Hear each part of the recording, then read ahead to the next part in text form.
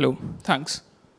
Hi, I'm a security researcher at OpenZeppelin, and I'm going to talk about vault share manipulation and in ERC-4626 vaults. Well, this vulnerability has existed for a long time. We've probably known about it for like 4 years since the vaults were first proposed. And we've seen a lot of hacks because of this in the past. And somehow they have gone down in number, but they haven't been completely eradicated yet.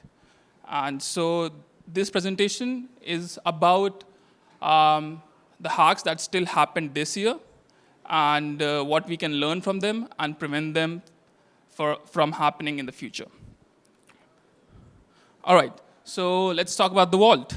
So ERC-4626 was proposed like 4 years ago in 2021.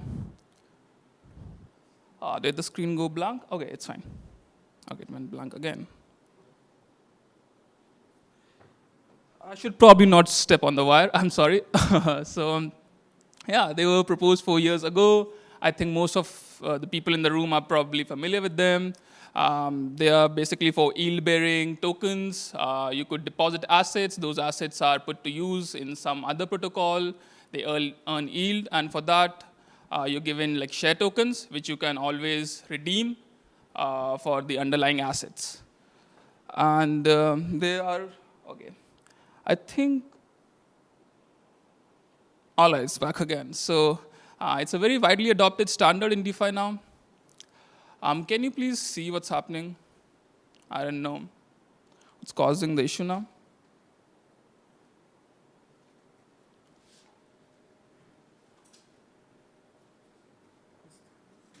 All right, so I'll continue while we see what the problem is. So these vaults basically maintain an internal exchange rate between the amount of underlying assets and the shares that the vault has minted. So let me try to move to the next slide. So the biggest, I'd say the elephant in the room with the ERC-4626 vaults is the exchange rate.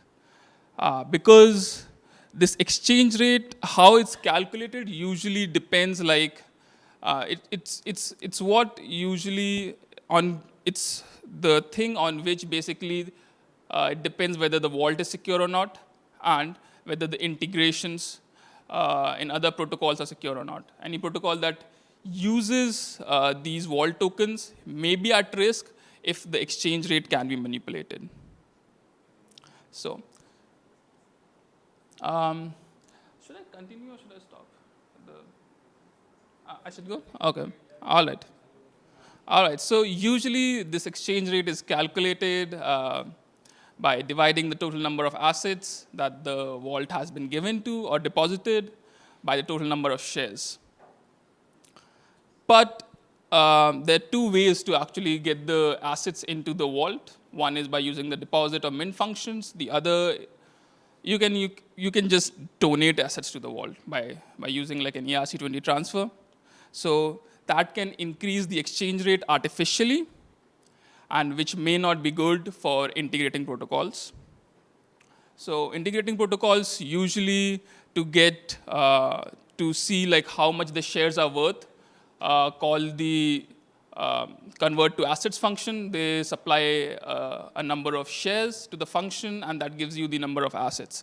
So imagine, let's say a lending protocol is using wrapped staked ETH, and it wants to know like how much is a wrapped staked ETH worth in staked ETH. So they can just call the convert to asset functions, and then they'll get the amount of staked ETH. Then they can use, let's say, a Chainlink Oracle that supplies them the price of staked ETH to USD, and then they can basically use the functions of the lending protocol, determine how much collateral, how much health factor, and whatever else is required. So, does this mean that using ERC-4626 vaults in your protocols means that you're wrecked? Not necessarily. So let's see what it really depends on. So I'd say there are a few preconditions for any kind of hack integrating protocols to happen.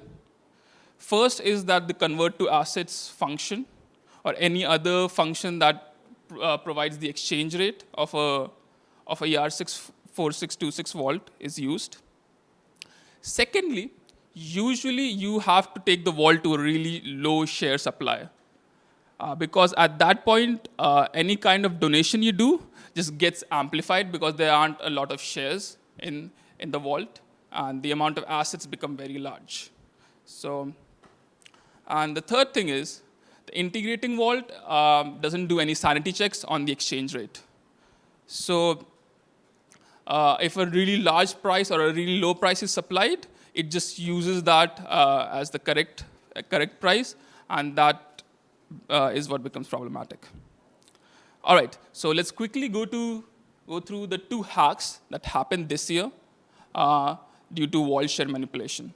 The first is the Venus hack on zk-sync era blockchain. In this one, basically, so for context, Venus is a fork of Compound V2, which is a lending protocol, which okay. You do that. I'll just continue with it. So, Venus is a fork of Compound V2. The asset that was used here, that was vulnerable, was wrapped USDM, which is just an ERC-4626 vault, where okay, all good. Where USDM is the underlying asset and WUSDM is the share token.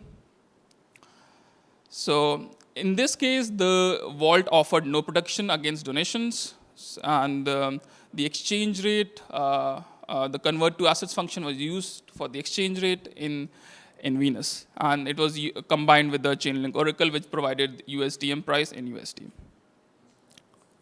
All right. So the attacker first took a flash loan of a lot of ETH, and then they opened 2 types of position. First, they deposited ETH and borrowed all the WUSDM from the market, and then they opened another position where they deposited some amount of WUSDM. So they had from another account. So they had 2 positions: one in which they borrowed WUSDM, and one in which they lent WUSDM. Then they took the remaining WUSDM, redeemed it for USDM, so that took the vault supply very low. And then they donated the redeemed USDM to inflate the exchange rate from 1.07 to 1.7. So after this, they were able to liquidate the position in which they borrowed WUSDM. And in the other position where they had provided it as collateral, they were able to borrow other assets. So this is how they profited. And then there were other things, because the vault had a really high exchange rate. Then they were also able to use that to arbitrage over some AMMs, where they bought WUSDM, redeemed it, and then dumped the USDM. So this is a flowchart on how it happened. If you see on point number 2 right here, where the price is returned, that is 1.7 USDM. That's the problem. It should have been 1.07. And that is what ended in the hack. The second example is the ResupplyFi hack. In this, ResupplyFi is CDP vault that issues a token against collateral, and the asset is the asset that was used as collateral, which was ERC-4626 vault, which was empty. Now, this must ring some bells if there are any security researchers here, due to the first deposit bug that everyone is familiar with, but this is not what happened here. Anyway, so it was an empty vault, and the convert to assets function was used again. So ResupplyFi listed CRV USD, if that's I think that's the name of the vault token, as collateral, and it was an empty vault. So what the hacker did was they donated about 2,000 E18 worth of tokens to the vault, and then they called deposit function and minted one way of shares, and they took the exchange rate to 2E18, and because the exchange rate was so much, so another thing is the exchange rate was very high now at this point, and the vault was empty. Now they went to, so this is the code. If you'd see, they tried to use some dead shares here, which was, I think the value was 1,000, but it did not really make much of a difference because they donated a lot of assets. So let's come to resupply code quickly. So if you'd see, the price was fetched using the convert to assets function by passing in 1E18. 18 was the number of decimals.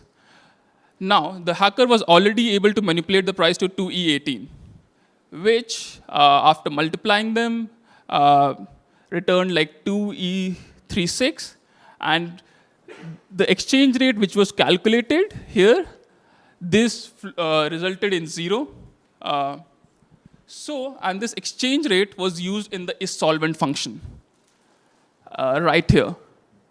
So the LTV became 0 of the hacker, and this check passed, and so they could supply any small amount of collateral, and they were able to mint till the maximum supply for the collateral, which was like 10 million USD. So this is how the hack happened. Also due to vault share manipulation. So yeah. So what was missed in the listing checks of these collateral assets? Well, they just checked if there was a price oracle, and which was there, but it was exploitable. They checked whether there was deep DEX liquidity, but that didn't really matter. And there was no check how much initial liquidity there was, or how much the price per share can grow in any fixed amount of time. So all these checks were lacking, and they had like no supply and debt caps. And in the case of resupply, there was a debt cap, but it was really high for an empty vault. So what did we learn from both these hacks? So there are two parts of it. Like for vault creators who are creating the ERC-4626 vaults, and then therefore learnings for integrators. So for vault creators, Euler actually wrote a really phenomenal blog on this last year, which is called like exchange rate manipulations in ERC-4626. So please go through it. I'll cover some of the points in very brief detail. So first, you could just use an initial deposit, where if you're listing a vault, or if you're deploying a vault, just call it deposit or mint function, and make sure you have some initial liquidity. So a lot of first deposit bugs and vault share manipulation cannot happen due to low supply of shares. You could also use virtual deposit, where instead of depositing something, just you add a certain amount to the total assets. Let's say whenever you're calculating the exchange rate, you add like 1,000 or 1E6 to the total assets. That also helps a lot. It wouldn't actually prevent it, but it's still a good measure. You could do internal asset balance tracking. So instead of calling the balance of function, you track the amounts of balance that keeps on increasing whenever deposit or mint happens, or whenever the total assets grow due to wherever you've invested it. You could also average the share price. So instead of the share price increasing at once, whenever an increase happens, it's averaged out through a few hours. That would also make it more difficult to manipulate the share price. And you could also track the exchange rates explicitly. Like whatever the exchange rate is, if it's 1.07, you just track that. You don't track the assets or balances. And then you could also add TWAP to it and whatever you want. So All right, and you can also discard stealth donations, which is what happens due to rounding. When like if you're trying to deposit 3-way of something, but you only get tokens for 2-way of something, and 1-way just gets added to the assets. So you could discard that by keeping an explicit track of it. All right, what are the learnings for integrators? Well, firstly, do not use ERC-4626 price per share, these tokens, as the borrowable asset or base asset without caps. Like supply like very, very explicit caps, and try to use them as collateral until they mature, have debt ceilings, have caps for the price that you want. When your listing requires some initial TVL and initial supply, because with empty vaults, they are really, really easy to manipulate. And another thing you could do is, as the integrator, you could provide some liquidity to the vault itself, and you can burn that or put that into your treasury, so you're always sure that the share amount or the total supply cannot go down by a lot, like in dangerous territories, because you also hold some shares. Another really good defense is to use a correlated asset price oracle, where you supply how much you expect the vault price to grow, and it keeps a track of it, and every time the price is, the convert to assets function is called. In this case, it's latest round data, but it could just be convert to assets. It just tracks how much time has passed and how much the yearly growth we expect, and it doesn't let the price to grow more than that, because if the max ratio is less than the current ratio, it just swaps it around. So, all right, let's move quickly. Could also use quill switches. Like this is like a monitoring recommendation. If the price per share has moved by a lot, or the liquidity shrinks by a lot, you could just pause the market. There's another thing you could do before calling the convert to assets function. You can check the total supply of the vault, and you can have a threshold. And if the total supply is below the threshold, you can just revert and wait till the time the vault has more shares. You can use market price oracles if they're present.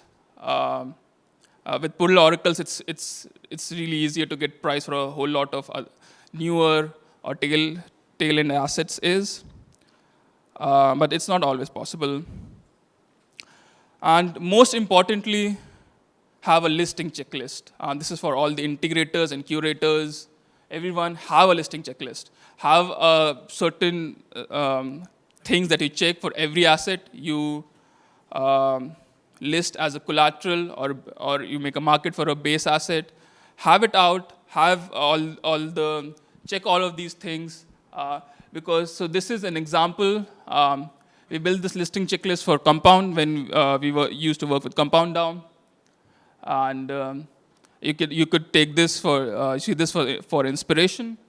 And so this is something that we explicitly checked every time when we were listing an asset on Compound, whether like if a vault token is used, whether its share price is manipulable or not. So don't depend on audits. So don't say that this token has already been audited, so we don't need to see it. So every time what we used to do, even if it had audits, we always tried to see if in some way we can manipulate the share price by donating, by still donating, by doing all sorts of things, by taking a flash loan out of the vault. So you just need to be very vigilant. And yeah, so ERC-4626 is not broken, but integrations are. And if you integrate these tokens well, and if they're made well, even if they aren't, like even if their share price is a bit manipulable, there are a lot of defenses that you can use. So yeah, that's about it, ma'am. All right, does anyone have any question? I think we have time for one. No? I do have a question. Yeah. How do you ensure over time that the share rate is not inflated? Because usually inflation happens right when a vault is deployed, when it has 0 shares. But what if everyone withdraws all of their funds and it becomes empty again in the future? Have you thought about that? Right. So if I go back, so if you, as a vault deployer, use some initial deposit, right? So you can always make sure that it never goes back to 0, right? And that solves the problem. All right. Thank you guys. That's it. That's my time.